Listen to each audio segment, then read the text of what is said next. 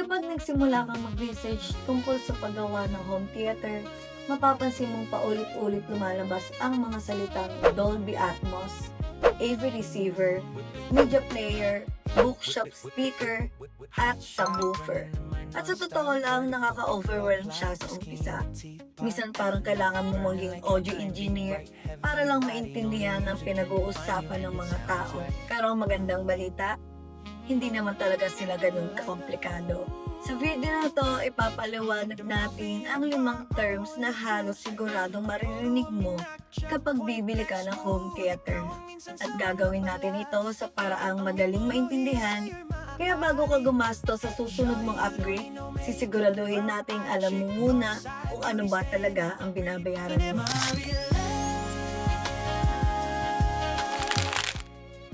Simulan natin sa term na halos lahat ng home theater products ay pinagmamalaki, Dolby Atmos. Pero ano nga ba talaga ito? Maraming taong nag-aakala na kapag Dolby Atmos, mas malakas lang ang tunog o mas marami lang ang speakers. Pero hindi iyon ang tunay nitong purpose. Ang Dolby Atmos ay isang surround sound technology na ginagawa para maging mas realistic at immersive ang audio. Sa traditional surround sound, umiikot lang ang tunog sa harap, gilid at likod ng kwarto. Pero sa Dolby Atmos, mayroon ng tinatawag na height channels. Ibig sabihin, pwede nang manggaling ang tunog sa itaas mo. Halimbawa, nanonood ka ng action movie, kapag may helicopter na lumilipad o umuulan sa eksena, parang dumadaan talaga ang tunog sa ibabaw mo. Mas natural, mas cinematic, at mas nakakaengganyo ang buong experience. Dito rin nanggagaling ang mga numerong tulad ng 5.1, 7.1 o 5.1.2. Ang unang numero ay isang bilang ng regular speakers, ang pangalawa ay ang bilang ng subwoofers, at kapag may pangatlong numero, iyon naman ang bilang ng height speakers para sa Dolby Atmos. So sa madaling salita, ang Dolby Atmos ay hindi lang tungkol sa mas maraming speakers. Ito ay tungkol sa paglalagay ng tunog sa tamang lugar para maramdaman mong bahagi ka ng pelikula.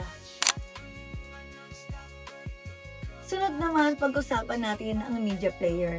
Isa ito sa mga pinaka-common na tanong sa showroom. Kailangan ko ba ng media player kung smart TV naman ang gamit ko? At ang sagot ay, depende. Ang smart TV ay maganda para sa Netflix, YouTube, at iba pang streaming apps. Pero kung gusto mong makuha ang pinakamataas na kalidad ng picture at audio, may malaking advantage ang isang dedicated media player. Ang isang magandang halimbawa nito ay ang Zido. Bukod sa pagiging media player, kilala ito sa poster wall o metadata feature nito, kung saan automatikong inaayos ang iyong movie collection complete with posters, synopsis, cast at ratings. Bukod pa rito, kaya nitong mag-play ng malaking 4K MKV movie files na may Dolby Atmos, Dolby Vision at lossless audio. Kaya masusulit mo ang buong performance ng iyong home theater system. Ngayon naman pumunta tayo sa isa sa pinakamahalagang bahagi ng isang home theater, ang AV receiver o mas kilala bilang AVR. Kapag una mong itong nakita, baka isipin mo amplifier lang ito. Pero ang totoo, mas marami pa ang trabaho nito. Kung ang TV ang screen ng home theater mo, ang AVR naman ang utak ng buong system. Lahat ng devices mo, media player, gaming console, TV, speakers at subwoofer, dito nakakonekta. Siya ang nagpa-process ng surround sound, siya rin ang nagbibigay ng power sa speakers, siya ang nagsisiguradong tama ang pupuntahan ng bawat tunog. Isa ito sa mga pinakakaraniwang tanong ng mga first-time buyers. Bookshelf ba o floor standing? Maraming nag-aakala na kapag mas malaki ang speaker, automatic na mas maganda na ang tunog.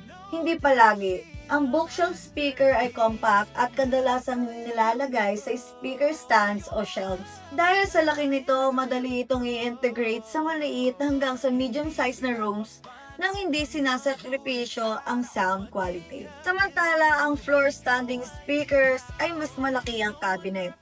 mas maraming drivers, at kadalasang mas malawak ang soundstage at mas malalim ang bass. Pero hindi ibig sabihin nito na laging panalo ang floor-standing speakers. May mga premium bookshelf speakers na kayang makipagsabayan sa mas malalaking models pagdating sa clarity, imaging at detail. Kaya ang tamang tanong ay hindi kung alin ang mas maganda. Ang tamang tanong ay kung alin ang mas babagay sa laki ng kwarto, sa budget mo, at sa klase ng pakikinig na gusto mong maranasan.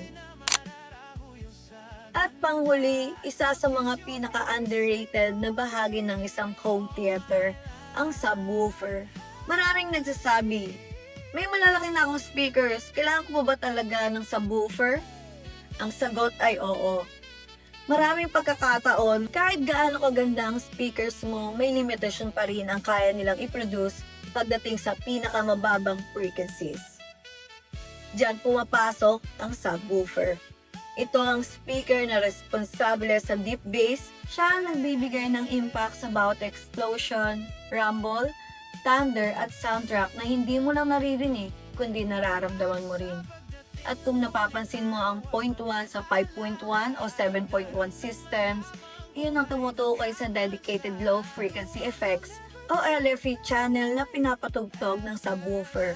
Sa madaling salita, ang speakers ang nagbibigay ng detalye, pero ang subwoofer ang nagbibigay ng bigat at emosyon sa bawat eksena. At ayan, sana sa susunod na makarinig ka ng mga salitang Dolby Atmos, media player, AV receiver, bookshelf speakers o subwoofer, hindi lang sila mukhang nakakalitong technical terms. Mas madali mo lang maiintindihan kung paano nagtutulungan ang bawat isa para makabuo ng isang tunay na immersive home theater experience. At kung nakatulong ang video na to, huwag kalimutang mag-like, subscribe, at pindutin ang notification bell para sa marami pang home theater guides, hi-fi reviews, at audio tips. Maraming salamat sa panonood. Good sounds, great times, and high five.